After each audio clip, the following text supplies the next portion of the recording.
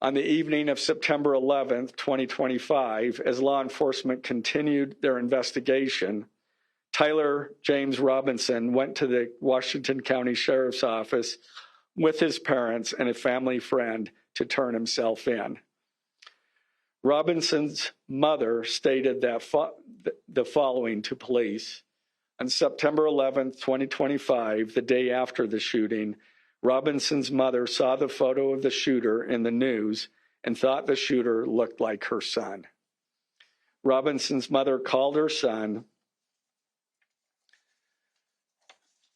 and asked him where he was. He said he was at home sick and that he had also been at home homesick on September 10th. Robinson's mother expressed concern to her husband that the suspect shooter looked like Robinson. Robinson's father agreed. Robinson's mother explained that over the last year or so, Robinson had become more political and had started to lean more to the left, becoming more pro-gay and trans rights oriented. She stated that Robinson began to date his roommate, a biological male who was transitioning genders. This resulted in several discussions with family members, but especially between Robinson and his father, who have very different political views. In one conversation before the shooting, Robinson mentioned that Charlie Kirk would be holding an event at UVU, which Robinson said was a stupid venue for the event. Robinson accused Kirk of spreading hate. Robinson's father reported that when his wife showed him the surveillance image of the suspected shooter in the news, he agreed that it looked like their son. He also believed that the rifle that police suspected the shooter used matched a rifle that was given to his son as a gift. As a result, Robinson's father contacted his son and asked him to send a photo of the rifle. Robinson did not respond. However, Robinson's father spoke on the phone with Robinson. Robinson implied that he planned to take his own life.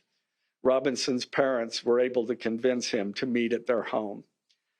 As they discussed the situation, Robinson implied that he was the shooter and stated that he couldn't go to jail and just wanted to end it. When asked why he did it, Robinson explained there is too much evil and the guy, referring to Charlie Kirk, spreads too much hate. They talked about Robinson turning himself in and convinced Robinson to speak with a family friend who is a retired deputy sheriff. At Robinson's father's request, the family friend met with Robinson and his parents and convinced Robinson to turn himself in. The family friend spoke to police and reported telling Robinson that it would be best if he brought all evidence with him to the sheriff's office to avoid police having to search his parents' home.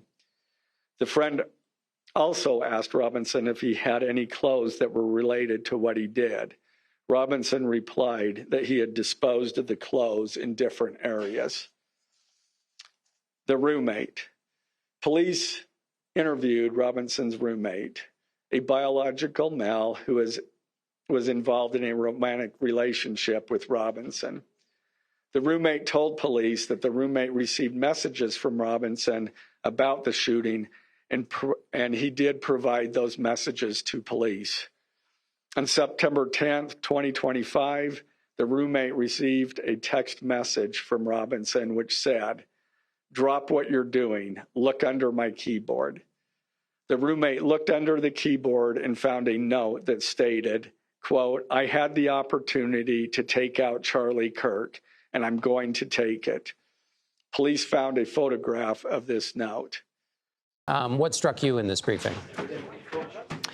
Right. You know, they talked about when his parents and that family friend who was a former deputy dropped Tyler off at the sheriff's station near his home. And basically that the mother spoke and said that she had recognized him in those photos, asked him where he was that day, and that he had stated that he was homesick. And then his mother was talking with his father, and his father agreed with her that it sure looked like him.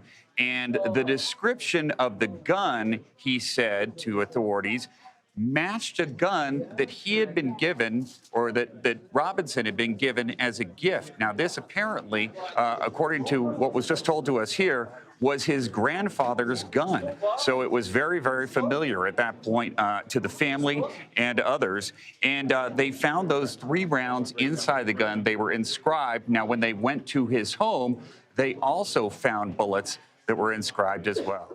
It was a fascinating press conference, Nancy. I was really surprised by how much information we got. We got the entire timeline, and then a full text exchange immediately after the shooting between Robinson and his roommate, which essentially portrays him as being more worried about the gun that he left in the bushes. His grandfather's rifle. That's right. How am I going to tell my dad that I lost the rifle? And less worried that he just killed Charlie Kirk, who's a husband and father. And I think that Jeff Gray there, a Utah County attorney, laid that out just to present to the public the facts. There's been so much speculation. Let's just lay it out. There's also, you even heard reporters asking, is the roommate going to be charged? He might have wanted to just lay that out because those are the facts that he's dealing with. In that text exchange, it does not appear that the roommate had any prior knowledge, and essentially it puts the blame solely on Robinson there. Now, the FBI continues to investigate, so if anything changes, if anyone else knew about it or contributed to this, they will, of course, step in and file charges. But at this time, this is what they're working with. They're treating this as a state murder. We heard that right at the top. And when he was asked about federal charges or potential, terrorism charges that prosecutors might be looking into, he said he doesn't know anything about that, and he's not going to comment on any of the evidence. He basically laid out what he's working with. Yeah.